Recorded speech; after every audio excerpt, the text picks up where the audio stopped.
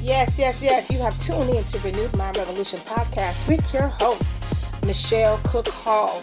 Today's podcast is brought to you by Faith versus Fear, Breaking Family Ties, which can be found and available on Barnes & Noble and Amazon.com. This podcast is designed with you in mind to remind you that you can always click that reset button and start all over again. It's never too late to be great. So now I want you to sit back. I want you to relax. I want you to clear your mind, take in that deep breath, prepare yourself for change as we listen in on Renewed Mind Revolution podcast with your host, Michelle Cook Hall. Let's go.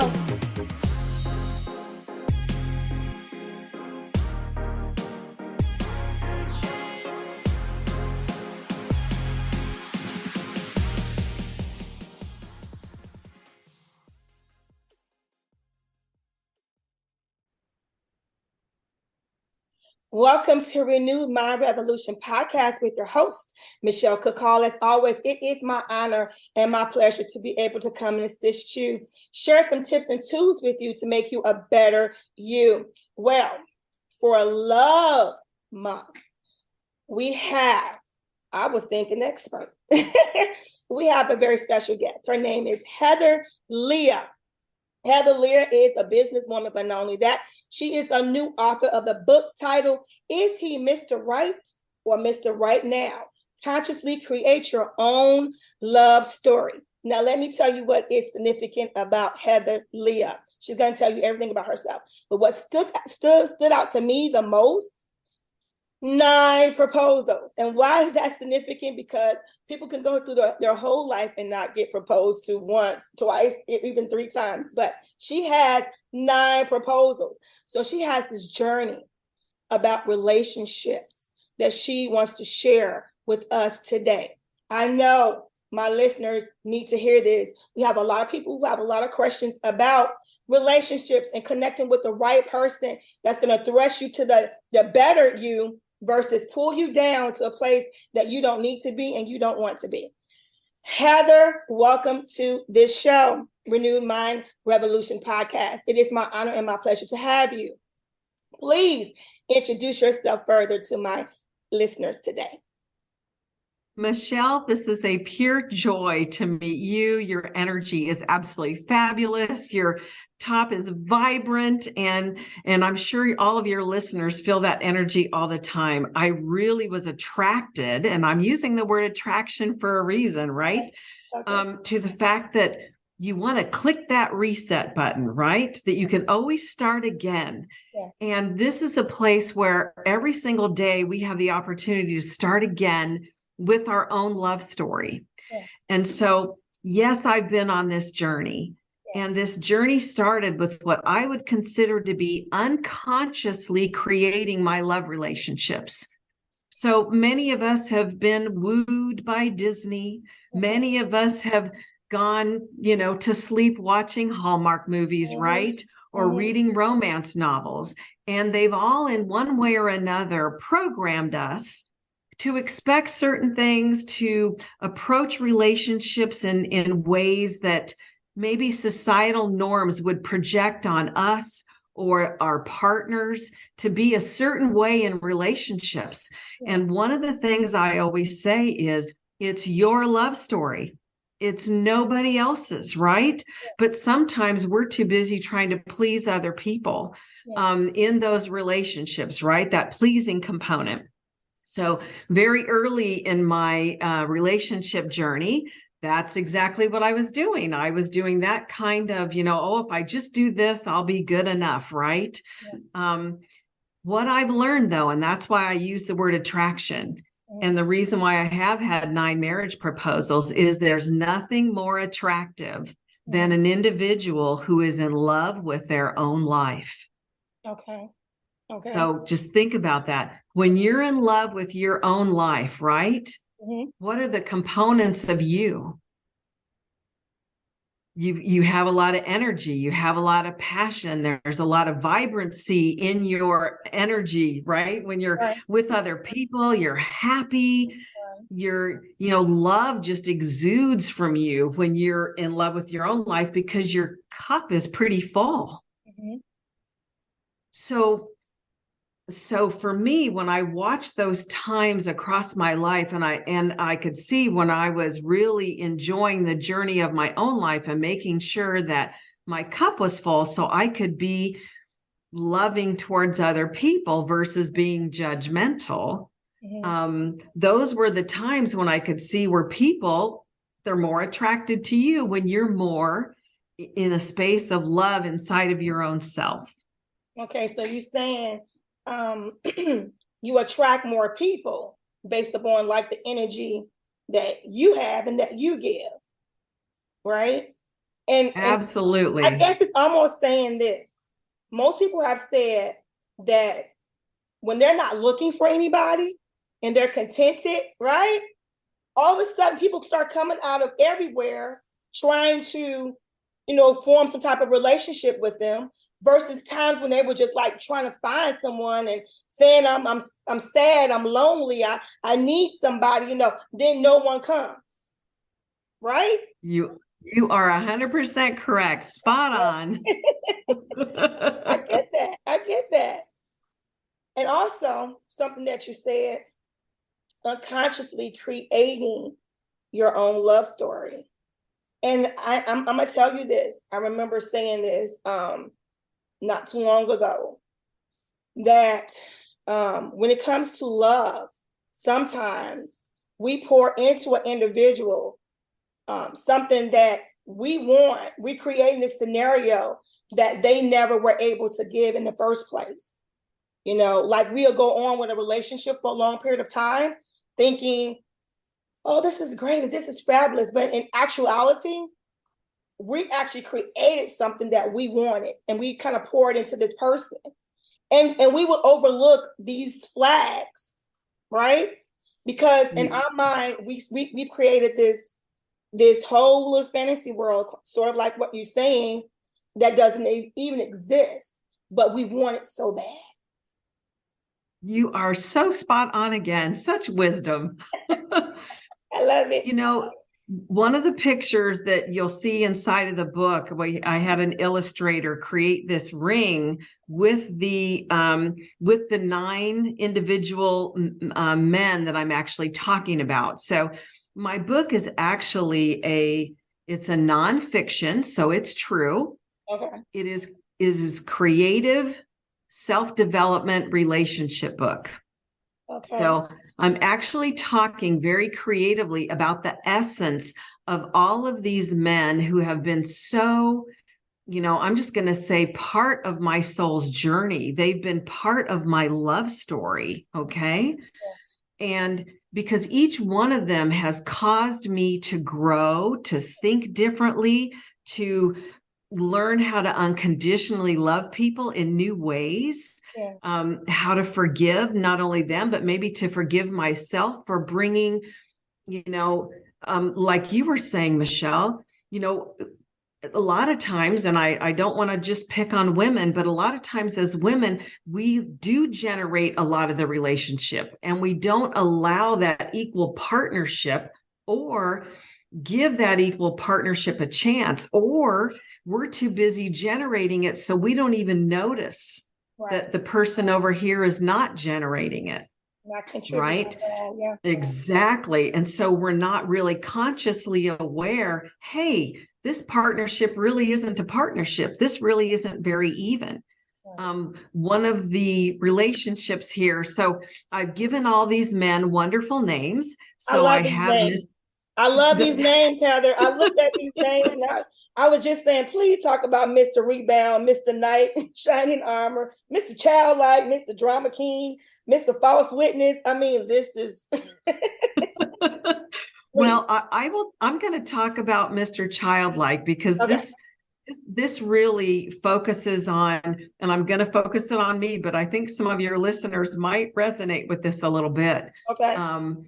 in the beginning of that chapter, I'm actually talking about a situation where I've planned Mr. Childlike's birthday party. Okay. So, we have relationships and, those birthdays come around. And so sometimes you plan your partner's birthday party, right? Well, I planned this birthday party at Dave and Buster's. Have you ever heard of Dave and Buster's? Yeah. Yep. It's like an adult playground, right? Yeah. So anyways, I planned all the food, so ordered everything and then gave everybody tickets to go play all the games. And then, then afterwards people are, having dessert and then everybody goes to leave. Mm-hmm. Well, Mr. Childlike's best friend was standing there with his wife and their daughter. Mm-hmm. And she's like 4 or 5 years old. She tugs on my pants and she goes, "Are you Mr. Childlike's mommy?" Now, she didn't say Mr. Childlike. She said his name, and I'm not going to give his name away, right? And I looked at her and I went, "Oh my gosh, I've been busted at Dave and Buster's," right?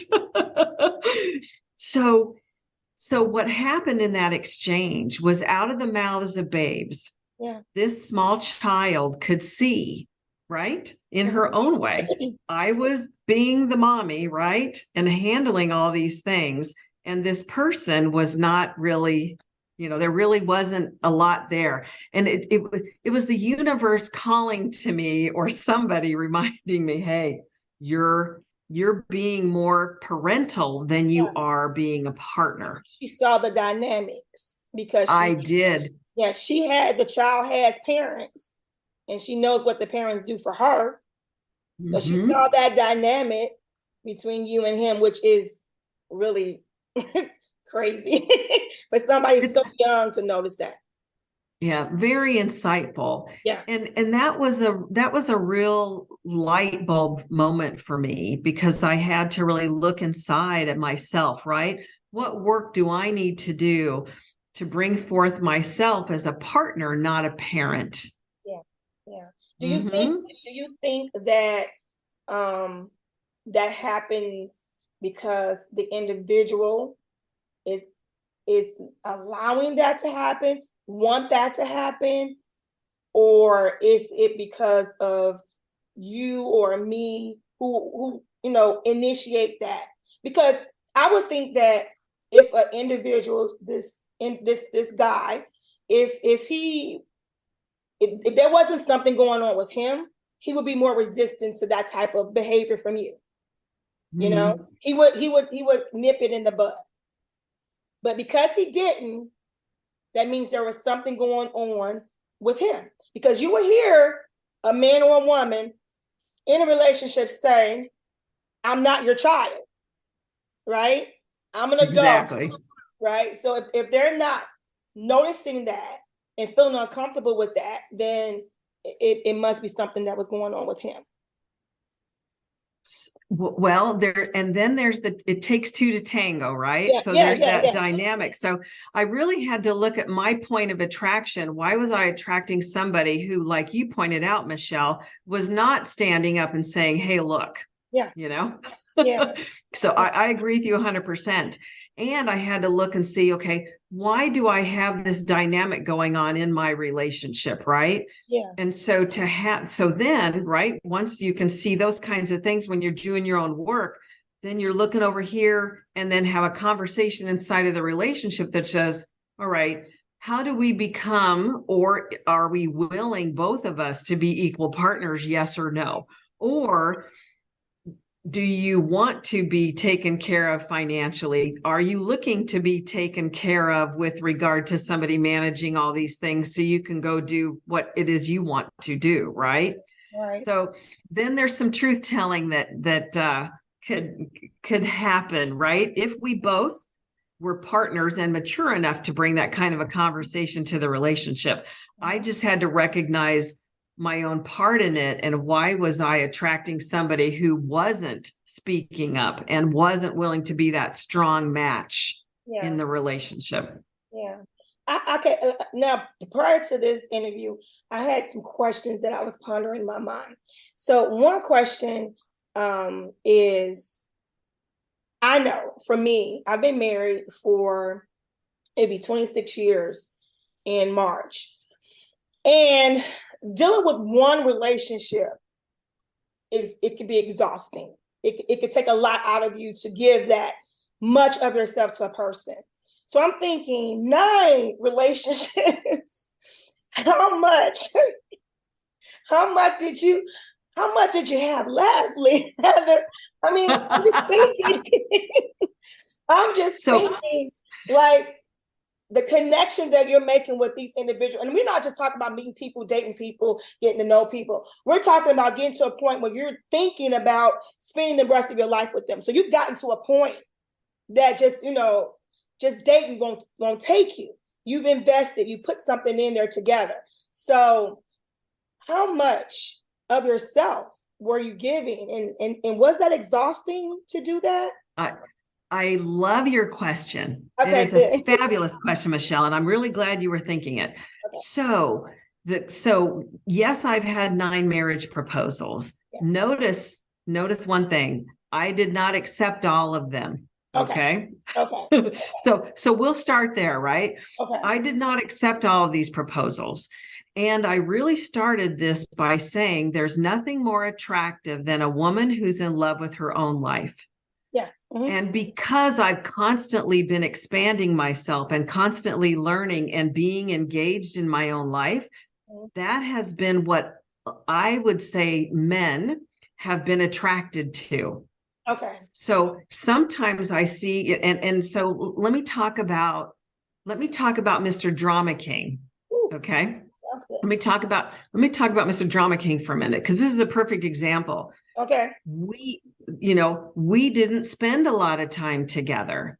We had met, and it was a very short period of time. And next thing I know, he is down on his knee proposing in the middle of a courtyard, right in front of my friends after an event. Mm-hmm. And so you're like, okay, I was not expecting that. We never talked about it, right? This was and I talk about love bombing. Yeah. When there's these big outward, expressions of, big shows. Right. And you're like, okay, who is this for? Right. Right. And then being able to have a conversation. Think about that though. I wonder how many people actually propose and what's the real reason behind it? Yeah. Are they really in love with that person? Yeah. Or they think they found that person? Have they really spent a season with them, or, a whole year where they've been through multiple seasons, right? Yeah. To really get to know them. And that's why the title of my book is He Mr. Right? Mm-hmm. Or Mr. Right Now. Right. Because with Mr. Drama King, it was lovely dating him. He was a lot of fun. And he was only Mr. Right Now. Because after I spent more time with him, I was like, okay, nope, there's this sign. Okay, Heather, get smarter, ask questions, right? Mm-hmm. And at the end of every chapter in my book, I make a list of questions for the reader, right? To be able to explore or have questions to ask who they might be dating. So that way they can tease out more information so they can better determine themselves if this is a Mr. Right or just a Mr. Right Now. So also, I would think that one of the questions would be, what do they think marriage is? And what are they expecting from the marriage with you? What was like you said, their true intentions? Because, people have, met someone and, say they fell in love at first sight and got married for years. I don't know too many stories personally, but I've definitely heard of that happening. But I guess the question would be, what do you expect, from a marriage? What does marriage mean to you? What are you comparing it to? What are you comparing it to? Some people compare it to their own parents or somebody that they've seen, or like you said, something that they've saw on TV. What are you comparing it to for you? Because one thing I have learned after being married for so long is that there is not a playbook for marriage. Every marriage is different. And if I compare my marriage to other people's marriage, I would think something was wrong with my marriage. Because we're different individual people, our marriages won't look the same. What I would tolerate, someone else wouldn't tolerate. What me and my husband enjoy doing, someone else would not enjoy doing. So every relationship and every marriage is just different. I think one of the secrets is the person that you get to that place with, figuring out what does it mean to you. Once again, you're spot on. Remember, we had talked about a little bit earlier in the conversation, it's your love story. Yeah. It's not anybody else's. Exactly. And so when you do compare your relationship to somebody else's, and you've probably heard the saying, comparison is the thief of joy. Is it not? Come on. Yes, absolutely. Yes. Comparison is the thief of joy. So if anybody is out there comparing, the first thing we ought to do is encourage them to stop, right? Yes. The only one they want to compare themselves to is themselves. Yeah. What brings you joy? What's the best thing for your love story, for your relationship, for what's going to make sure, what's the relationship that's going to have you feel self-actualized in that relationship and your partner self-actualized in that relationship, right? Where two people can come together and support each other in being the best of who each one of them wants to be. Yeah. And to be together. Yeah. One of the other things you pointed to was your parents' marriage. Yeah. Yeah. And I love this. I was talking to a young lady who was 29 years old, and she was sharing with me how horrible her 20s were. And everybody she dated, it was just painful. She just didn't know how to do this relationship thing. And, and if there's anything I could encourage young people to do, it would be to use your 20s for yourself, to explore who you are and what you want and where you want to go and what you want to do.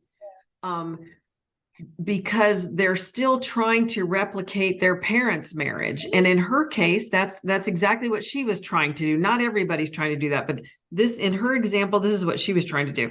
Mm-hmm. And she said her parents had this wonderful marriage. Mm-hmm. But yet she couldn't, quote unquote, get it right, And I just said just because your parents had a good marriage doesn't mean it's genetic. Right? Right? Good marriage, a good parent's marriage is not genetic. Don't pass that down. Exactly. But look how many people just in their own thinking, my parents got divorced, so, they're afraid to get in a relationship because their parents got divorced, right? So the reverse is true. Yes. And so there's one of the things that's another thing that's in my book, there's a tool where I've created a timeline where you're literally looking at the major influencers in your love story. Oh. So who are right. So I have literally listed, and for me, my major influencers were my grandmother, my mother, and my father. Okay. And so I write out what the main things they contributed to me. Okay. As far as the way I related to other people. And once I got my hands on that little steering wheel, I was able to consciously make new choices in my life that were no longer run, and I'm using that in quotes again, right, by my family. Yeah. So there's those family influencers where you hear them on your shoulder. Oh, you should do it this way. Oh, you should, right? You should behave like this. Yeah. It's like, no. That was your generation. That was your choice. I have, and I am, right? My point of power is identifying my automatics so that I can choose my new attention and my new intention. Wow. That's good, Heather. Right? That's good. Yeah. Right. It's so impactful your upbringing and people that you watch. They affect so much. You could be 60, 70 years old and still impacted by your upbringing. People, I think they underestimate that. Go ahead, continue. I think they underestimate that, though, how powerful your upbringing is. In one of the chapter's called The Music Man. Mm-hmm. And at the end of it, I have a process where you can make peace with and make peace with any painful relationships you may have had that are influencing you. Make peace with it. Make peace with them. Yeah. And I can be much more specific about this. My father and his siblings, mm-hmm. There were 7 of them. They were all men, and their relationships were less than stellar. Okay. So one of 2 of them, had extramarital affairs, and it just, there's a list, right? Mm-hmm. So when my parents divorced and other things that went on with the relationship with my father, there was just a lot of pain that was paid forward that could definitely influence me and my ability to have a solid relationship with a partner, right? Mm-hmm. And so it was like, all right, am I going to continue to perpetuate a negative conversation about men? Because if I continue to perpetuate a negative conversation about men, then how am I ever going to have a solid foundation with a relationship that I want? Right? Absolutely. Like how can you, that's just, it's a rocky foundation, right? Right. So I had to be able to see that relationship differently. Yeah. And that's what's wonderful, right? I loved it. Again, click that reset button, start again. So I have a process for resetting that decision, resetting that opinion, resetting that thinking about that relationship, So I went back and looked at all the wonderful things that my father contributed to my personality and the things that make me successful in business. And I was able to rewrite my story and rewrite my point of power in relationship with men that wasn't there before. So I talk about that in one of the chapters of the book. How do you make, and I said make peace, but I'm really rewriting that point of power because I identified that automatic. It's so easy to fall into conversations where you see people bashing, talking negatively about their wives or talking negatively about their husbands or, and that's not going to get you the love story you want, And words have power. Words have power. So as you're stating, in an environment where you're talking negative about someone that you're with or listening to other people do that on a regular basis, it literally will travel with you. If you're in a relationship, it's going to travel with you to that person. Like you're literally going to start seeing them different, feel about them different, respond to them different because words have power. And so the more that you're speaking about that, you're going to respond and act upon it. Absolutely. Absolutely. Yeah. This is good stuff, Heather. And I kind of like how you was saying in so many words, sometimes we will project onto a person, based upon our past relationships, based upon our relationships with our family members or what we've seen, the hesitation to get into a relationship. All these things are so true and so valid.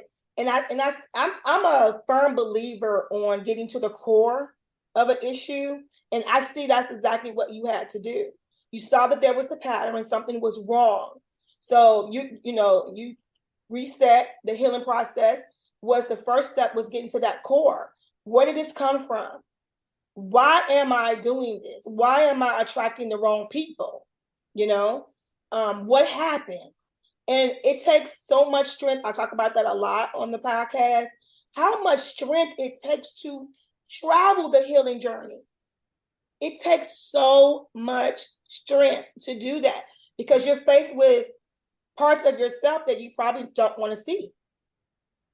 Right? You have to come to terms with some things about you that you might not be so proud of, right? But in order for you to get to the place that you need to be, to get that healing that you need, you have to propose the tough questions to yourself, right? Exactly. It starts with us. Go ahead. No, it absolutely does begin with us. Yeah. And I really enjoy working with people who want to have a deep love, right? Yeah. They want to have that deep love. And it's like, okay, why is it elusive? Right? Why is it elusive? What is it about me? And they're willing to look here, right? That is not allowing me to have the kind of relationship that I would like, right? Yeah. And it's interesting because they do make it look easy in the movies. They do make it look easy. It's so not realistic. Like, it is, if you measure towards that bar, you're gonna be disappointed all the time. It's just like this special person come out of nowhere, they have all the right qualities that you need, sweep you off your feet, and they live like this ideal life that it just doesn't happen because we're flawed people. Yeah. We're flawed people. So we're not going to have this perfect, scenario because we are flawed. So yeah, watching anything and comparing it, it's like setting yourself up for hurt, setting yourself up for pain. And I've had a lot of friends and family members who have struggled with trying to find, this compatible person. And it's a journey to see that. But one of the things that I also notice is when you have an individual that you're pouring into and you're loving on, and you realize that they love you or care for you, but not in the way or not to the point or level that you feel like you deserve. Like it's something missing. It's something missing. And a lot of times, even in those moments, people compromise. Well, they're doing the best that they can. They're loving me the only way that they know how. And the question I propose is, is that enough though? Is it enough? Like really, like, is that enough? If you can recognize there's a void and there's something missing, then you have to question if that's enough. They might be a good person, a nice person, or whatever. But if we're living with just like a half a tank of gas, and trying to get a long distance, we're not going to make it, right?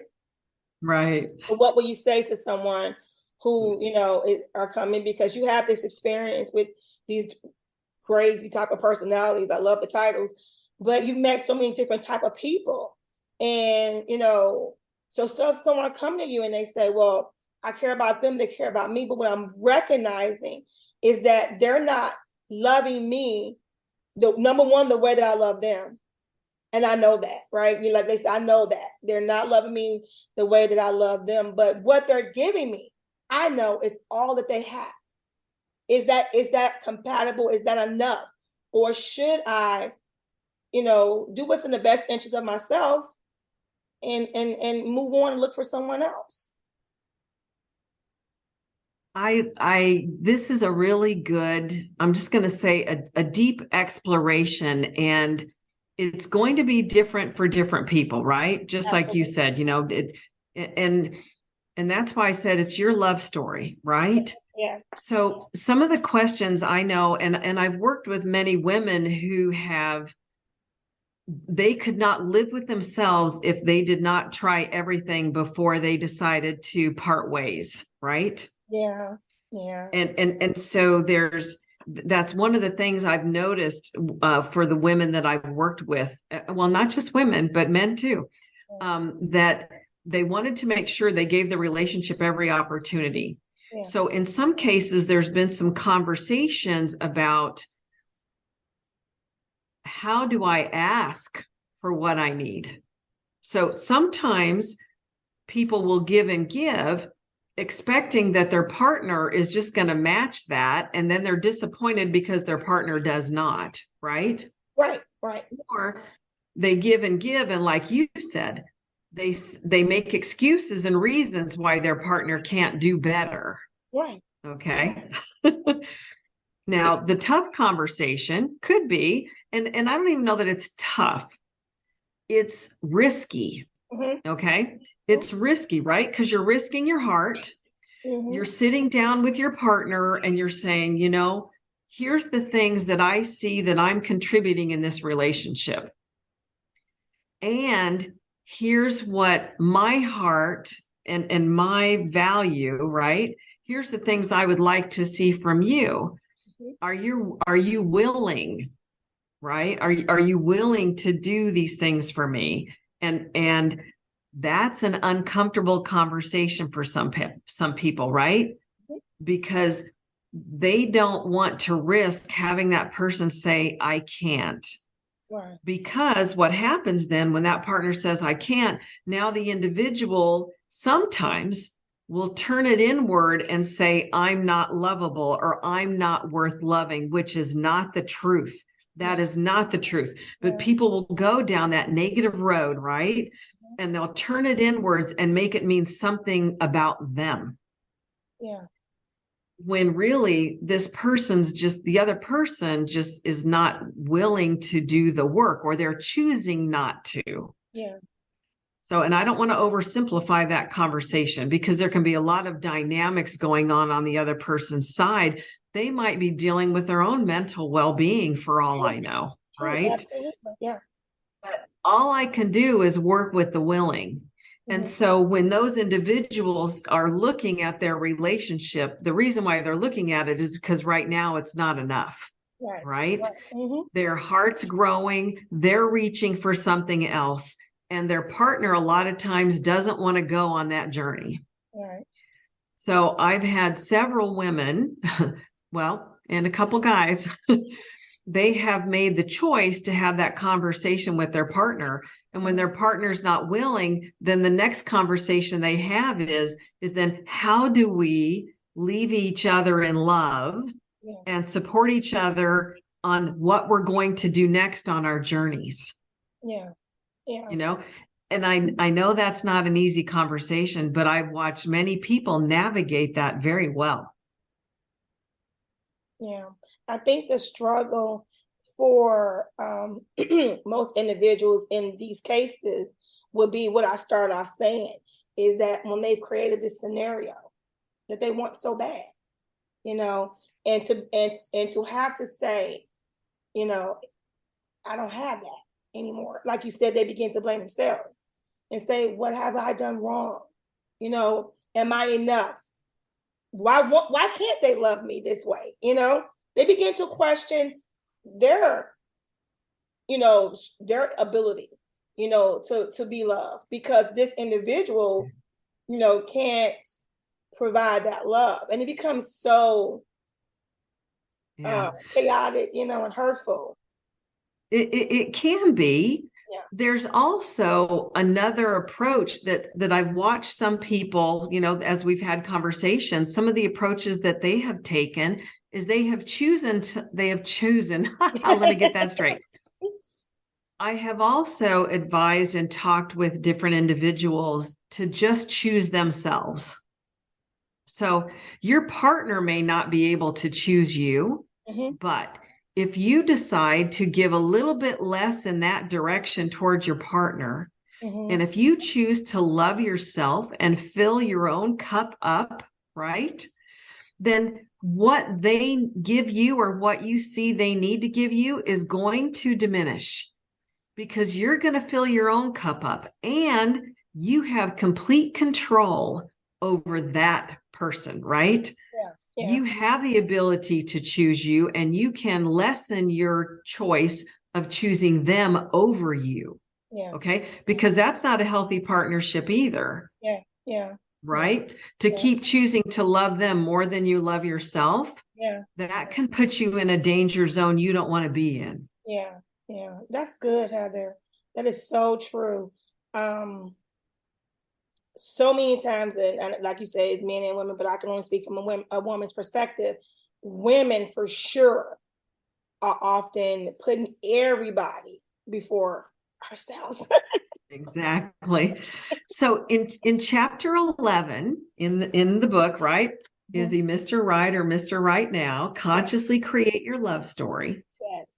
I talk about heart. That's a big book. Let me see that again. Let's see that again.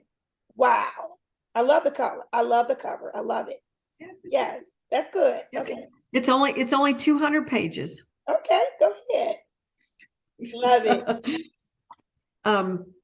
It's in chapter 11, I talk about heartbreak. Mm-hmm. And what I'm really talking about is giving your own heart a break. Giving your own heartbreak. Okay, what does that mean? Yes. So I made a joke about it. Hold on, I'm going to turn to that chapter real quick because you'll get a kick out of it, right? Okay. Let's see here. My friends and I did not spend time. So this is back when I was younger, right? My friends and I did not spend a lot of time consciously thinking or talking about self-love. Mm-hmm. I don't remember ever taking the time to become more self-aware by deliberately exploring my personality traits or what I liked or did not like. I don't remember dedicating time to consciously consider just me without taking a child, my job, a man, or another family member into consideration or considering societal or other people's opinions. Yes. You're going to love this, Michelle. Okay. Like dry January or sober October, I needed a program like March Without Men or Self-Love September or Dating Myself December. I decided that instead of the 12 days of Christmas, I would commit to 12 months of sacred self-love. Wow. I love that. So I spent a whole year just going, okay, what would I like to learn? What would I like to, I talked about self-care and self-maintenance, just the basic things to focus on. How can I just one thing at a day, right? One thing at a day. Let me just get my dentist appointment, just like how do you start to just really create a program to love yourself on every level, whether it's physical or with your vehicle or feeding your mind, your soul, your body, your spirit. Yeah. Heather, one thing that I noticed generations before this generation that is here now, self-love was not something that we were drawn to or even taught.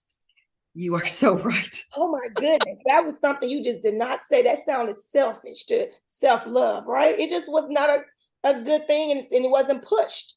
It was not pushed. It was not taught. So now you get the generation now where we're hearing this so much because it's so important, but it takes a readjustment for those who were raised in a generation where we didn't hear that, weren't taught that. It was not pushed. It was not an agenda. It takes for us to kind of undo all of the teaching that we had before to make it seem like, self-love was a bad thing or selfish thing. How dare you? You got, like you said, you're thinking about kids, your job. How is your self-love going to affect everybody else? And it's so sad, but it's so true. I can definitely relate to that. The coming to terms with understanding that if I don't take care of me, I have nothing to give to anybody else. That's just a fact. It's just a fact. It's just, if I pour and never take time to reset and regather myself and love myself, take care of myself by any means, then I have nothing to give to those that I care about or my responsibilities or anything else. I have nothing to give.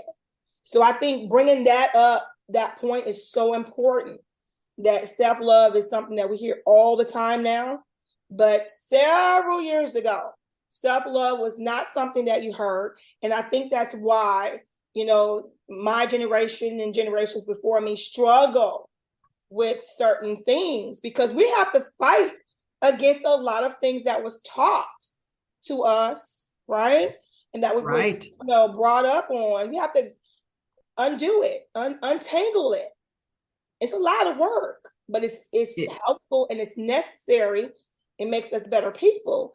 But it takes a lot of work of undoing. Our parents and parents before us, they were not trying to create damage. They was just taught what they was taught, and they pass it on to us. Right? Even with relationships, just pass it on. So now we in this moment of almost enlightenment of going, wait a minute, something's wrong. Something is wrong. Let's reevaluate this. Let's look at it from a different angle, a different perspective. What can we do? So self-love is not a bad thing. That means that you care about yourself. And my mother makes this, joke about on the airplane and how they teach you that, you got to put the oxygen mask on yourself first and then on the children. But even when it was said, my mind immediately went, how can I do that? Do that? How can I do that? My kid is sitting there, I'm supposed to just put on my face first. But realistically, if I faint or pass out, how can my kid be okay if they need me to put it on them? But we've just been trained differently. We've been taught differently, and it takes a lot of work. And when someone like you come and help unravel something so important like relationships, it's really important, because someone is struggling and they don't understand. Why am I having such a hard time? Why am I attracting the wrong people? Why are these people coming to me are only this type? Like, what am I doing? What am I sending out a signal? I hear that so many times. What am I putting out here that's drawing, this type? Well, it is 100% true. And it's not always a negative thing. It really isn't. It's just an awareness, right? It's like, okay, here's my point of attraction right now. This is the type of individual I'm attracting in my circle. And so if you're conscious to what you're attracting, is this really what I would like? And then you start to look at your preferences. And so you start to refine, well, I like this about what I'm attracting, but I'm not so crazy about that. And so you start to, again, when you're consciously creating your love story, you start to adjust those preferences. And also, how do I up-level myself to be a match for that which I want to attract? Yeah. Yeah. And so that's using the tools in my book, right? To identify what you were just talking about, those generational conversations, right? Yeah. They were good at the time. There was context for those generational conversations. And each generation has their own, context and how they're actually taking it to a direction or another level that they're interested in. Yeah. Yep. It is very different. There are at least 3 to 4% more women every single year that are getting degrees in college than there are men. So if you look back at our parents, grandparents, it was very important for them to find somebody who made money. Yeah. Because they either weren't in the job market or they weren't, they didn't have a degree. And so there was those kinds of challenges, right? But then as more women have been in the workforce and more women have, they don't need somebody for their finances. Yep. But yet look at that generational conversation. You need to find a man that has money, right? Yes. It's like, okay, that generational conversation doesn't have context anymore, right. But you still see TV shows, you still see movies, you still see things that have that old generational thinking. Yeah. inside of them that this subtle programming that is unconscious, right? And so how do we raise awareness to, oh, look, that's old thinking. We don't, there's nothing on a man's birth certificate that says he owes you a living or that he owes you money, right? And the same is true for us, for women, there's nothing on our birth certificate that says we owe you children or we owe you, but there's a lot of generational conversations because I've talked to, several women that have no intention of having children, but yet everybody says, well, when are you going to have them? Yeah. Right? Yeah. So that's what I mean by this. We need to raise our awareness and just bring more consciousness, right, to the conversations we're having around relationships and family. I love it. I love everything about this conversation, Heather. I really do, because I'm always talking on my podcast about what we were taught and how that affects us now, and like you stated, individuals coming to a person saying, "When are you going to have a child?" As if you're not a woman if you don't have children, and that does so much. And you know what? I really hope we get to a point where people understand how powerful their words is and how much damage you can do to someone.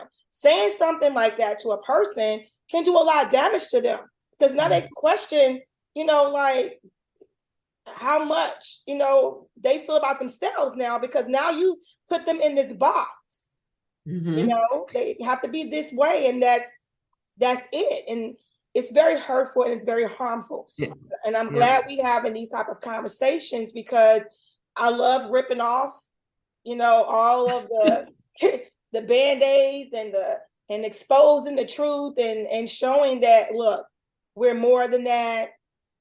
We have to grow, we have to change, we have to evolve. What we did in the past does not mean it was the right thing to do. Conversations we had in the past does not mean it was the right conversations. It was just done. But once you know better, you're supposed to do better. And change is something that's very hard for people, but it's the only thing that is consistent is change. So change is going to always be here. Oh, Michelle, let me ask you a couple questions. Okay. So what is it that society says about a woman who doesn't get married? She's what? Oh, like well, back in the day, they was like a handmaid, a maid, or old maid, or something like that, right? Spinster, old maid, right? Yeah. Exactly. And so there's that thinking that, I literally last weekend was talking with a woman, and everywhere she goes with her community and stuff like that, they're just like, well, they're trying to fix her up, but she's not asking anybody to fix her up on a date, right? Right. She loves her life. She's a chemical engineer, and she's been single for 8 years, and she's like, people treat her like she's not anybody because she doesn't have a relationship or a husband. Right. And I'm like, but so what do they say about men when they haven't married? They're what? Well, I've heard the word player and good for you. And, it's a contradicting thing, because, you're telling a guy, oh, good for you. You're not, with the ball and chain, you're free. You can do whatever you want to do, good going. No one caught you and tagged you down, right? But with a woman, it's well, what's wrong with her? Right, exactly. And he's the what? He's the eligible bachelor, right? Yeah, good for him. He's the great catch. Yeah. So one of the things it's in chapter 3, I have a lot of statistics. And one of the things over in our Asian countries, they are talking about these women who are highly educated, who don't want to get married, and they're later in their years. They have named them the leftover woman. Oh my goodness. And I'm exactly. And I'm like, who decided that was the right name for women that are choosing to focus on themselves in their 20s, establish their careers, and decide what they want to do with their lives, right?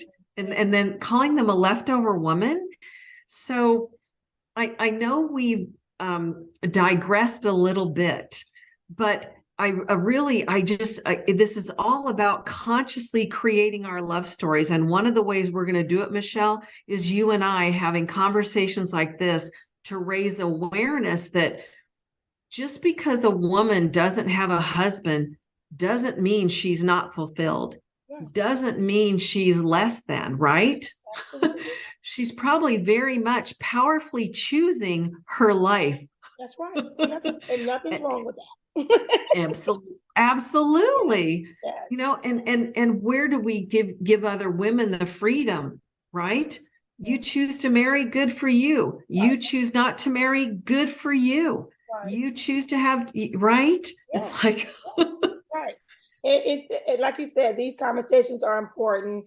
It just tears down the stereotypes. It tears down the ignorance of putting people in these boxes and limiting them.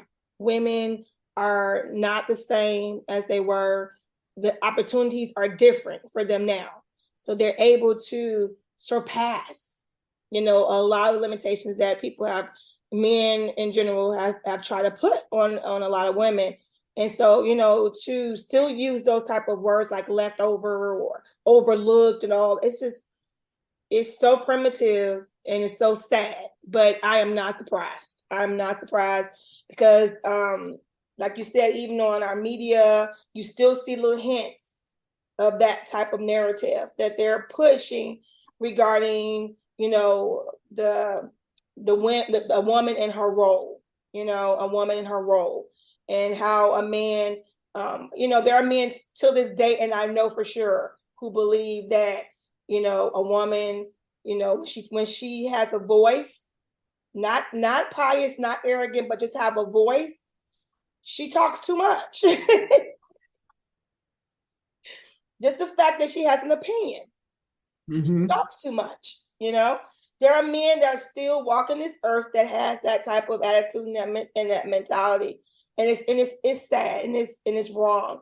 But when we have these conversations and we take back that power that we have to say, hey, I don't want to get married, or yes, I do want to get married, but I have a choice on the type of person that I want to come to me. I don't have to just choose anybody, because they have given me attention, because they smile in my face and said the right words, right? I don't have to, because I'm, 39, right? I don't have to just jump on it because you're not married at 40. Oh my goodness, what's wrong with you? No, just because I'm 39 don't mean the first person that comes to me that I have to jump on, that bandwagon. I have choices. And if I choose to wait to whatever time of my life, then that is okay.